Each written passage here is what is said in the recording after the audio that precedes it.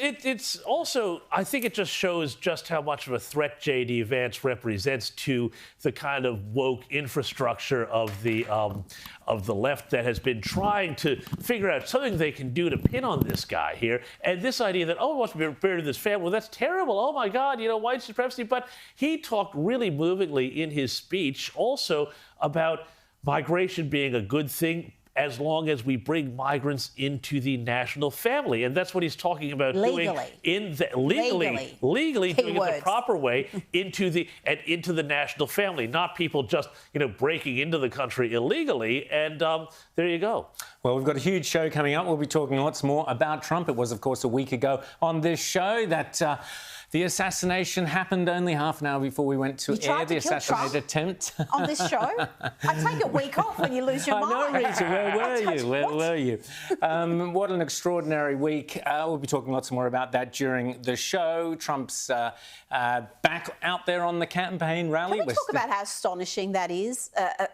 Of course, it was astonishing the way he jumped up straight away and had that fighting spirit. But the fact that a week later, he's out there again, exposed in a setting where if you're fearing for your life, most normal people, I think, would hesitate to do that. It's one thing to speak at the Republican National Convention where the security is top notch and then there's just but to hold these rallies throughout the country in all these different settings where you're relying on Secret Service and local authorities to do their jobs properly, which they've demonstrated they can't. Exactly. I think that just takes enormous courage. And if I was Melania, I would be beside myself. Absolutely. But I think she has been beside herself because, remember, Barron wasn't at the Republican National Convention. He was the only child who wasn't there. She only showed up that last day. And I think it has a lot to do with they've still got PTSD, though he seems to be soldiering on. Well, the thing is, too, is, there are so many questions, too, that really need to be answered about just what happened last Sunday, just before we went to air. We are now hearing so much stuff about the Secret Service, what they did and didn't do on the day. And the Washington Post has just dropped this story that the Trump camp had been asking for more Secret Service protection for the former president, and that had been knocked back. So this comes into the context of all of this other stuff. Apparently, the shooter had secreted the weapon on the site beforehand. It was not picked up by a Secret Service sweep. He did a drone. He ran a drone over the site the day of the event, and the Secret Service didn't say, hey, what's the problem? The Secret Service let him in with a rangefinder. The Secret Service had seen him at 5:52 on the roof, apparently, and for 20 minutes, this was 10 minutes before Trump took the stage, they didn't say, let's not let the president out there, and let's let him keep speaking while they had a threat identified. It's far worse than that. He was spotted and identified as over an hour before Trump took to the stage and before the shooting happened. And for them not to neutralise that risk, at the very least, tell the president, do not take to the stage until we find out what is happening with this man and we've actually located him and apprehended him. There's a man dead today. You've got a father who shielded his wife and his daughter who's dead because of this incompetence. Gross incompetence is the best case scenario. Well, the reality is there's all sorts of conspiracy theories out there. Was there a second shooter? Was there this? Was there that? All of that. But listen to me, Rita. The point is the reality is crazier than any of the conspiracy theories. The reality that you could have for an hour beforehand the public pointing up saying there's this guy on the roof with a gun, he's got a gun. You could have a policeman clambering up a ladder and having the gun pointed at him and scrambling away again. You could have that lunatic head of the, who's the diversity and inclusion pick. Here we go, another one. Kim Cheetle, the head of the Secret Service, who says, we wouldn't want someone up on the roof. Secret Service agents, there's a bit of a slope on the roof. They might slip over. How could you possibly do it? Day of the Jackal stuff, come on.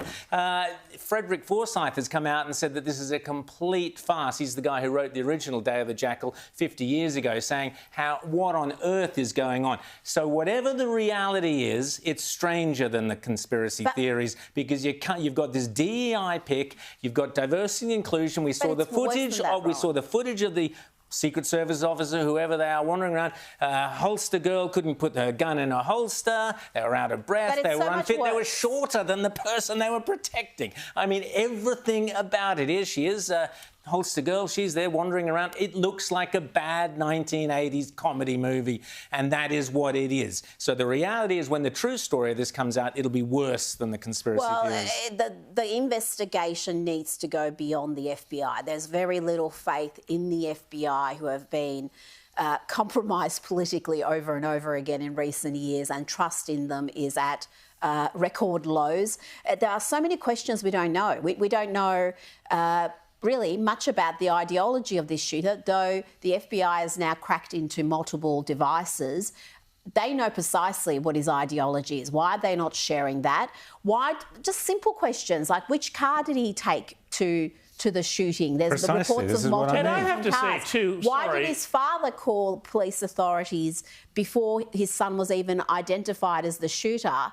Why did he fear that his son perhaps may have been involved? There's so many questions. What is fascinating is Trump is not going down that route. He's just kind of leaving that to one side. But I would imagine behind the scenes, Trump must be absolutely furious. Someone takes your ear off, nearly takes your life, kills one of your supporters, and where are the answers? We were an eighth of an inch from history being radically different, okay? That is the fact, and we need to know why and how that was allowed to happen. And I also think, I'm sorry, a lot of the American media are also derelict in their duties because they are not keeping this on the front page. They are not asking, where is Kimberly Cheadle's resignation letter? I mean, like, I'm sorry, you have one job, and that is to protect this guy, you know, and Joe Biden and Robert Kennedy. But, like, this is what you do. This is your thing. And if somebody takes a shot at them and they clip his ear and almost kill him, and this has happened on your watch because you're not able to hang on, because you're not able to manage the rosters right,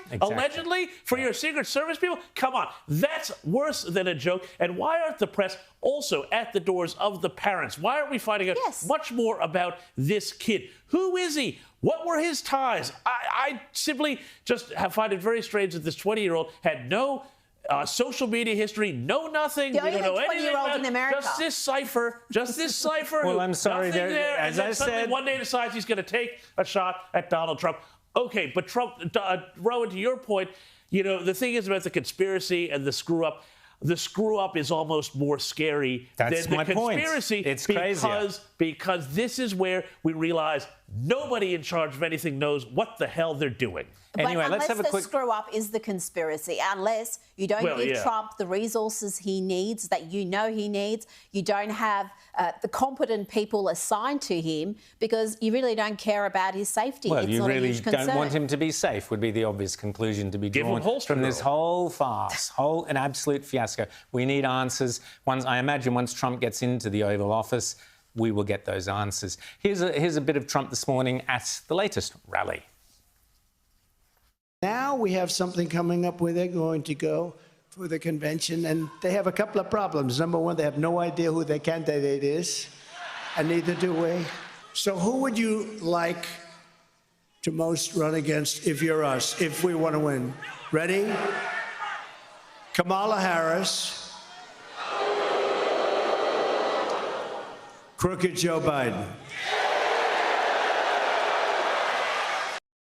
They want That's hilarious. That's hilarious. And that is the big question. When is Joe Biden going to stand down? Is he going to stand down? Will it be Kamala Harris, or will Obama somehow manage to shoehorn Michelle Obama into that spot? There's still a long way to go till the actual election, and that's the big fear. Republicans and Trump supporters cannot relax because, you know, there's a lot that can happen between now and November. Sorry, Rita. Well, you mentioned Michelle Obama. I mean, why bother? Because we were having the third Obama term, so he doesn't actually need to be there. He wants a fourth one. He can, but as long as one of his puppets is and that's been really interesting in the reporting in the last 48 hours about how bitter and angry Joe Biden is because he has been betrayed by Barack and the people he trusted most, the people who pretty much installed him into this but this is a great irony. Role. I mean, no honour among snakes, James. Yeah, no, Rita. I mean, this is the great irony. You know, like these people installed Joe Biden in 2020, and now they're taking him out. We're actually going to be talking about this in the next hour about how just undemocratic this whole thing and this astroturfed pass the torch Joe movement. It's just worse than a joke. The Democrat Party is the least democratic thing in America. It's just like in the old days of the Cold War, you know, the People's Democratic Republic. That was not about the people, democracy, or republic, you know.